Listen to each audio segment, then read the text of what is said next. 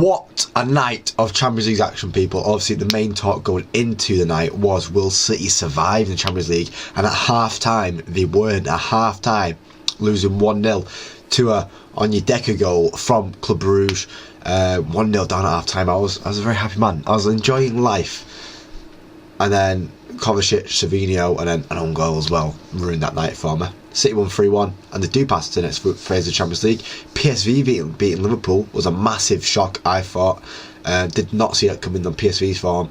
But I guess Liverpool rested a few players and stuff like that. I've actually not looked at the Liverpool team.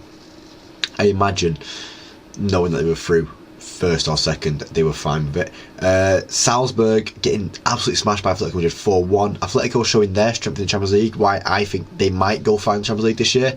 Whether they're going to win it is another question, but it would be nice for Simeone to get on with that, wouldn't it? Sporting drawing with Bologna is another poor result from Sporting. It really is. Ever since Amorim was left, he showed how good he actually was for Sporting, and like the drop off compared. So like when his system starts going in play, United will start flying, and I think we'll be fine in Europe tonight. Sturm Graz beating Leipzig 1-0. Leipzig's Champions League campaign this year has been poor. It's been poor, because they haven't been doing well in the league. I don't get it. PSG winning 4-1 against Stuttgart, turning their form around towards the end there. A Barcola goal and a Ousmane Dembele hat-trick. But it wasn't the only hat-trick, as Morgan Rogers also scored a hat-trick against Celtic, showing he can do it on the highest of stages, showing he can do it where it matters. Cole Palmer's not done that yet. Hat-trick in the Champions League? Not many have done it. Hat-trick from Morgan Rogers in Champions League for Villa. 3rd minute, 5th minute, and then 91st minute to complete it. Adam Ida getting a brace in the game as well, and Watkins getting the other goal. And then Young Boys also got beat by Red Star Belgrade, thanks to a Kanga goal for them. Another exciting one, it seemed, between Barcelona and Atalanta. Obviously, it was at the one last week between Barcelona and Benfica that finished 5-4, but this one was only 2-2. Good result though for both teams, I think, just making sure they get through where they need to get through. Bayer Leverkusen beating Sparta Prague 2-0. Bayern Munich winning 3-1 against Slovan Bratislava. I can't believe that he'd been a goal in. Harry Kane and Thomas Muller scoring. It's nice to see Thomas Muller get a goal. Borussia Dortmund beating Shakhtar Donetsk 3-1.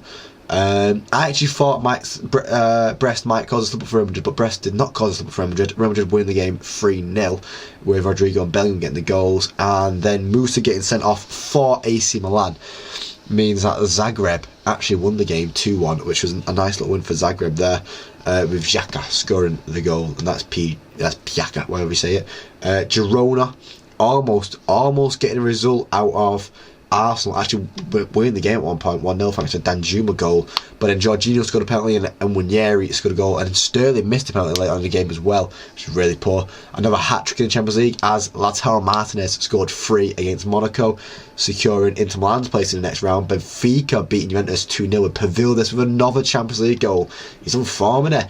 Lille beating Feyenoord 6-1. Feyenoord might have thought they could have turned things around from last week after beating Bayern Munich, but Lille made sure there wasn't any chance of that, as Trauner actually scored 2 own goals and Hanko scored an own goal as well. 3 own goals in one game.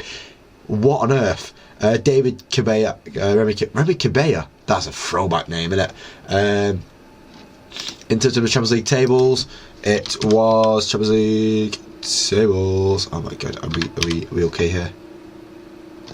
Champions League, there we go. Liverpool, Barcelona, Arsenal, Inter Milan, Atletico Madrid, Bayer Leverkusen, Lille and Aston Villa all go through automatically into the round of 16, and then going into that playoff spot is Atalanta, Dortmund, Real Madrid, Bayern Munich, AC Milan, PSV, PSG, Benfica, Monaco, Brest, Feyenoord, Juventus, Celtic, Man City, Sporting and Club Brugge. So just missing out was Dinamo Zagreb, also on 11 points with Club Brugge, despite a massive win. The result did not go their way tonight. The result did not go their way. Sporting could actually be knocked out. It'll be by Bologna, which they were at one point. Club Brugge, a few more goals conceded and they would have been out. Stuttgart, but very lucky to go out as well. They've had some good results in there in this campaign. Shakhtar Donetsk on 7 points, we're never going through. Bologna never going through. Red Star, we're never going through. Sturm Graz never going through. Sparta Prague never going through. Leipzig's performance in the Champions League has been poor this year, as many points as Salzburg, their sister club. Girona as well, people hyped them up after last year doing so well in the La Liga. Nothing, 1 win. And then 2 teams without a single win or a single draw, without a single point on the board. Slovan Bratislava and Young Boys. I really thought Young Boys might have got a point on the board against Red Star, but They could not manage it. They were Red Star's second win of the competition. So how this works now is, I don't know if the draw's been done by the time this video comes out, but when I'm recording it, it's not. So Atalanta or Dortmund could play Sporting or Club Brugge. City or Celtic could play Real Madrid or Bayern Munich. So City have a really tough game in this playoff round, and a big team is going out in this playoff round. Juventus versus or Feyenoord will play AC Milan or PSV, so a big team could go out there as well. And then Brest or Monaco will play against Benfica or PSG. So PSG playing against a French team, you know what usually happens there. You know, PSG probably going through the next round. Benfica probably going through the next round as well.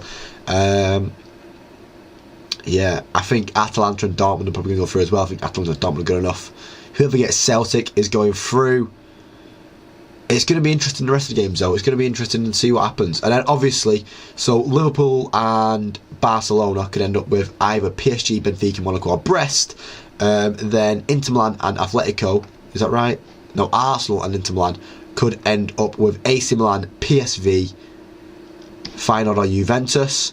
And then Atletico or Bayer Leverkusen could end up with Real Madrid, Bayern Munich, Man City or Celtic. So that's not an easy game for anyone there. Lille or Villa could end up with Atalanta, Dortmund, Sporting or Club Brugge. Oh, so we get Dortmund, we could get Villa visiting the Yellow Wall. That would be interesting. I think, I don't know who Villa fans would want more there, to be honest, but let me know in the comments if you're a fan of any of them teams, who you're wanting to get in the next round, or who you want to see go through, and who you think's going to go far in this year's Champions League. We've had the first round. No team ends the round unbeaten, which is crazy, crazy stuff. Atalanta, look, only one loss and still not getting outside the top 8 though. It's crazy. But that's going to be the end of the video, guys. If you like, hope you like, see more, subscribe, because more on the channel every single day. Thanks for watching, guys, and hopefully I do catch you next time. Cheers.